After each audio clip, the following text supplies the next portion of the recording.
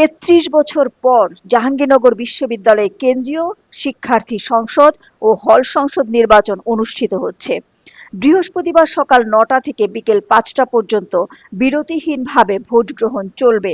যদিও সকালে ভোটার উপস্থিতি কম দেখা গেছে, এবারের নির্বাচনে মোট ভোটার সংখ্যা ১১,৮৯৭ জন।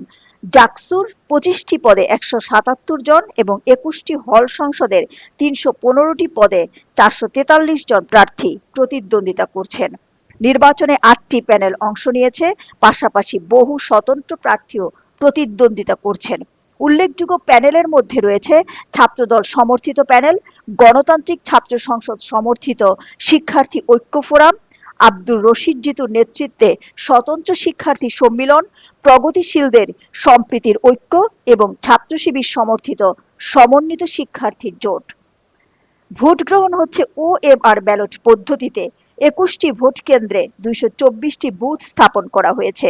দায়িত্ব পালন করছেন 21 জন রিটার্নিং কর্মকর্তা, 67 জন পুলিং কর্মকর্তা ও সমান সংখ্যক সহকারী। নিরাপত্তা নিশ্চিত করতে মোতায়েন করা হয়েছে প্রায় 1500 পুলিশ সদস্য, 7 প্লাটুন বিজিবি এবং 4 প্লাটুন আনসার। তবে তাদের বেশিরভাগই ক্যাম্পাসের বাইরে অবস্থান করছেন। কেন্দ্রে নিরাপত্তার জন্য আনসার সদস্যরা নিয়োজিত রয়েছেন এবং 80টি সিসিটিভি ক্যামেরার মাধ্যমে ভোট কেন্দ্র পর্যবেক্ষণ করা হচ্ছে। নির্বাচন কমিশন, শিক্ষক সমর্থিত টিম, প্রক্টোরিয়াল বডি ও বিশ্ববিদ্যালয় নিরাপত্তা কর্মকর্তারা সার্বিক দায়িত্ব পালন করছেন। দিলরুবা খান, দৈনিক আর নিউজ।